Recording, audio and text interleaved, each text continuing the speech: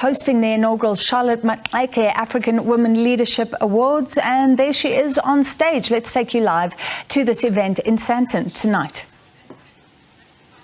Deputy Ministers, Deputy Minister Alvin Botus, Deputy Minister Candice Mashiko-Dlamini, our Director General of the Department, Director General Zane Dangle, the DIRCO Senior Executive Leadership, members of the Manya, Makanya, and Maxeke family, Charlotte Manya Maxeke Institute, and of course their excellencies, members of the diplomatic corps, distinguished guests, ladies and gentlemen. Good evening to you all. You appear to be an extremely subdued audience.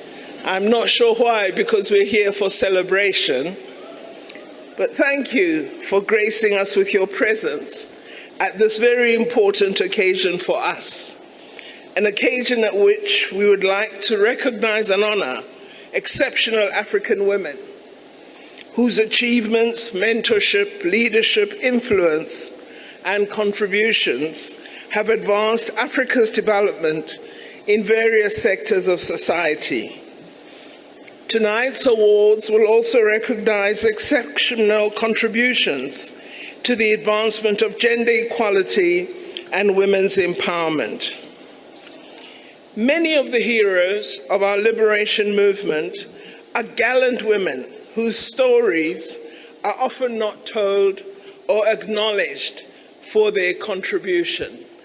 Many of the women here know the story that when we're gathered in meetings internationally or on the continent, they have this favorite expression of when the founding fathers established, as though women were not alive at that time. So we often don't mention women such as Gertrude Shope, Helen Joseph, Albertina Sisulu, Lillian Ngoyi, Ruth Mampati. These are just some of the women upon whose shoulders we stand.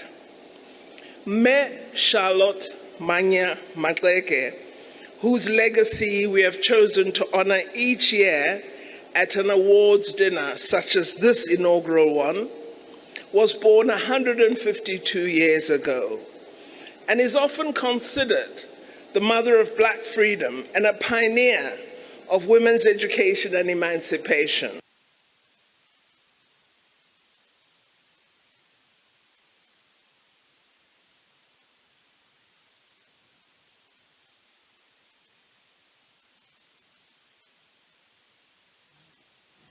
All right, that's Dr. Naledi Pandor honoring Charlotte Maxeke. It's in her name that women will be awarded tonight at the event in Sandton, aimed at recognizing and honoring exceptional African women leaders whose achievements, influence and contributions have advanced Africa's development in various sectors of society.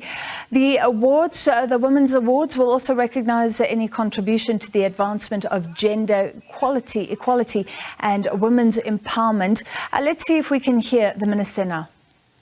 In passing in history books, European documents sometimes mention them, and when we recite oral history, we may refer to them. There might be artwork from time to time in which we see their image, but generally we don't mark them sufficiently. Some of you might recall the turbulent years following West and Central Africa's initial contact with Europe. These years were marked by the emergence of women, revered for their formidable political skills and social vision. Some of you know of these women. Women such as Ananzinga, Queen of Ndongo, Donna Beatrice, Congo Prophet, and Idia, Queen Mother of Benin. Perhaps more well known was the warrior queen, Ya Asantewa, queen of the prosperous Ashanti Empire, in now modern-day Ghana. As queen, she was the official protector of the empire's most sacred object, the golden stool, made of solid gold and believed to house the soul of the nation. The stool represented the royal and divine throne of the empire. When British troops invaded in 1886 and demanded possession of the sacred object, Asantewa refused. Instead, she led an army against them. "I shall call on my fellow women," she said. "We will fight the white men. We will fight until the last of us falls in the battlefields." Ya Asantewa had said. For months, starting in 1900, Asantewa's troops laid siege to the British occupying forces, who almost collapsed at that attack. Only after the British brought in several thousand additional troops and pounds of artillery were they able to defeat Asantewa's army. Asantewa fought alongside her people until the very end and was captured and exiled to the Seychelles until her death in 1921. Her bravery and resistance, in spite of the impossible odds, have made her one of history's most famous warrior queens to this day. And yet, where do you see her name? On our streets or our buildings. Last year, the American feature film, The Woman King, premiered. It was produced right here in South Africa. The film is about the Agoji, all-female warrior unit that protected the West African kingdom Dahomey during the 17th to 19th centuries. Located in present-day Benin, the kingdom of Dahomey was facing French troops in the 1890s. As the French army attempted to penetrate the territory of King Behanzin with the aim of overthrowing him, they came up against an unusual defense, the Amazons of Dahomey. On their return from war, French legionnaires, males, described the courage and audacity of the fearless Agoji women warriors. We have our very own Maxeke. She didn't earn her name on the battlefield, but through her pen and political activism. She was a visionary, intellectual, an internationalist, a teacher, and a fearless servant of her people. Maxeke, the internationalist, traveled to at least 2 continents at the turn of the 19th century, when traveling abroad was both slow and difficult. What this did was give her an upper hand and unparalleled exposure to other cultures and a broader view of the world beyond the limitations of South Africa. In the context of the conduct of international relations today, she is for us an early proponent of what we call people-to-people diplomacy. Through the African Jubilee Choir Tour, she went on to the United States. She exchanged ideas with her contemporaries, shared information, used art to bring South Africa to the world, and used other aspects of culture in order to foster mutual understanding. Maxeke also worked with women fighting for the vote, the so-called suffragists, in Europe and in the United States during that time of travel. In 1894, she stayed in the United States and pursued her studies at Wilberforce University in Ohio, as has been said. Her studies made it possible for her to be groomed by a very famous American sociologist, civil rights activist, and a Pan-Africanist of note, W.E.B. Du Bois, who contributed immensely in shaping her outlook on the world. She graduated with a BSc degree and became the first woman in Southern Africa to graduate from a university. Maxeke, upon having graduated, returned to our country, her home, to educate her people, and became somewhat of a weapon for empowerment. Learning from her own experience abroad, she dedicated her life to the upliftment of others, as well as the struggle for liberation of Black South Africans. She was a fierce opponent of the Dompas for Black women and men, and helped to organize the anti-pass movement in Bloemfontein. In 1913, Maxeke led the first women's march in Bloemfontein against the extension of the odious passbook for women, and led a delegation to Prime Minister Louis Botha to discuss the issue of passes for women. What was intriguing about her at that time was that she was not afraid to enter traditional male spaces and challenge the status quo.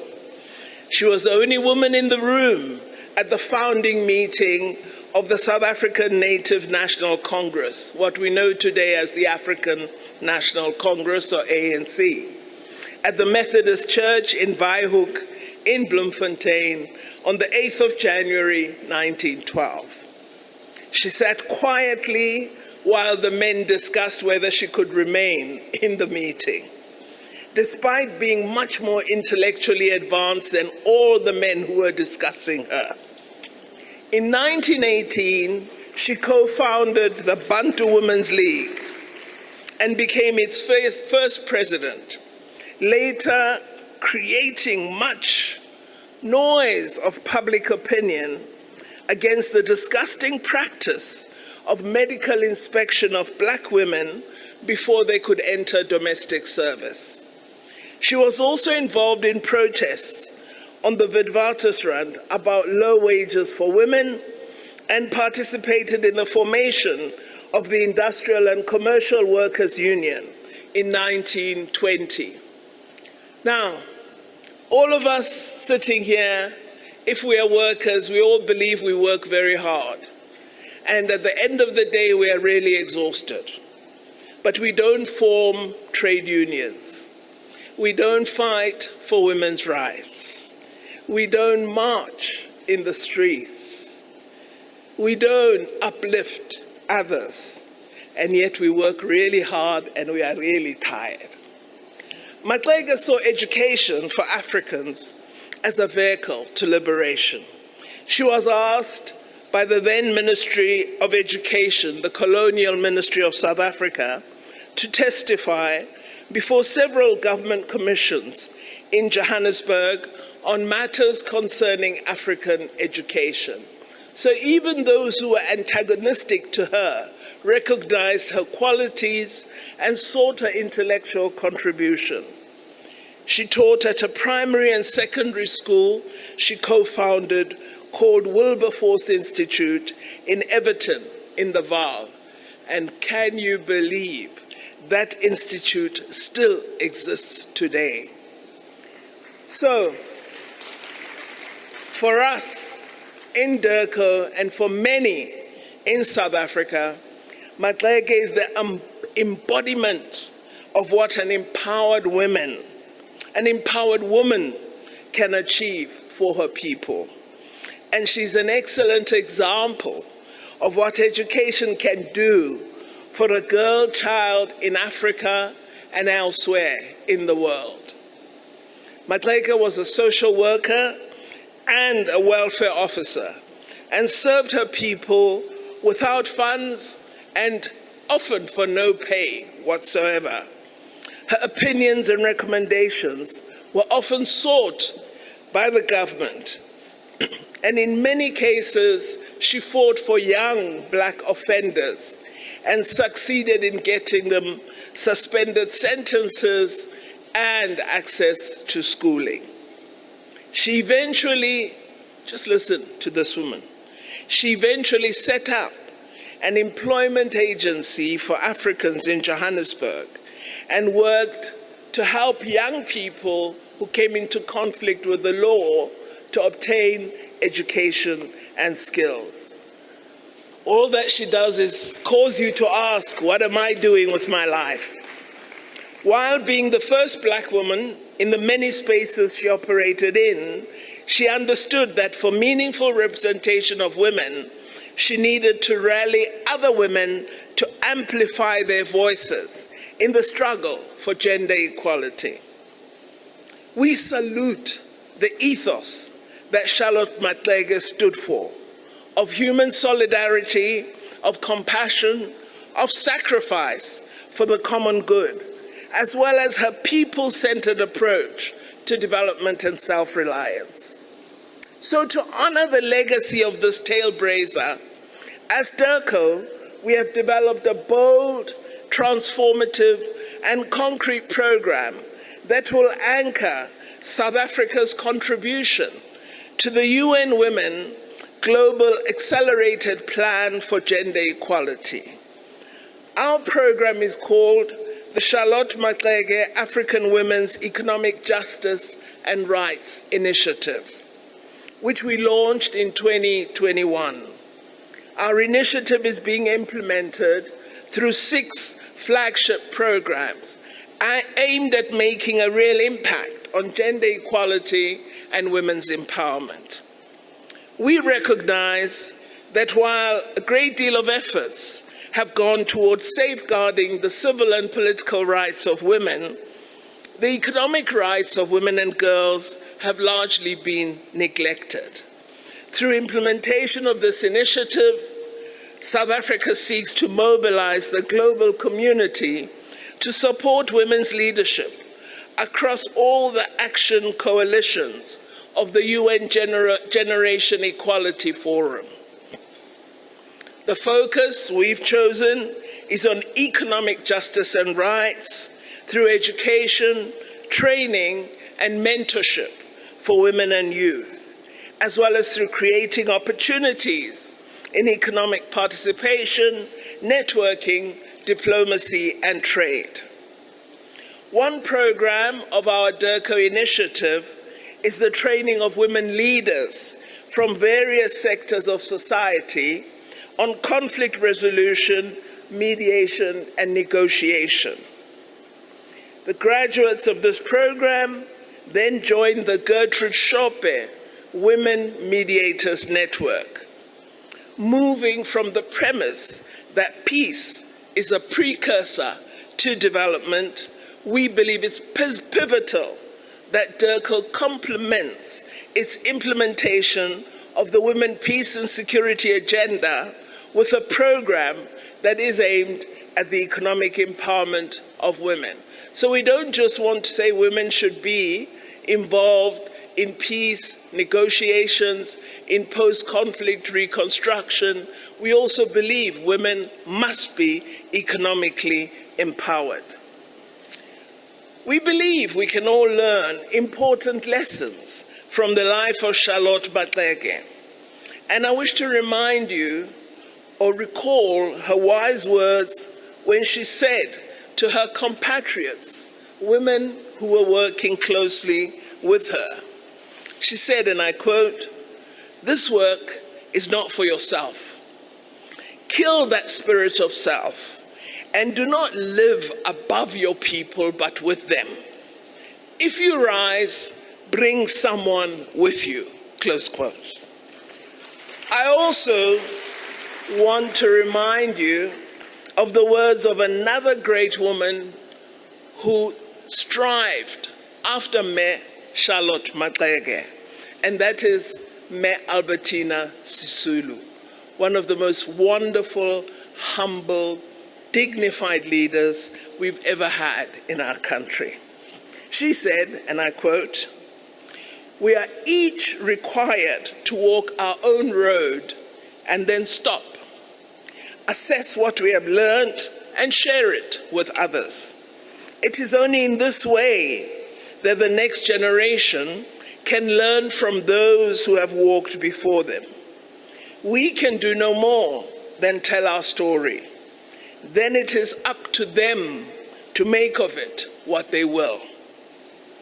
I encourage each of our award recipients tonight to please share their story with the next generation so that they can be inspired by your accomplishments and strive to be women of excellence, which is what we believe you are, and which is the reason we honor you today in the name of Me Charlotte Maxeke. I thank you very much, and I hope you will enjoy the evening and the awards. Thank you for being here.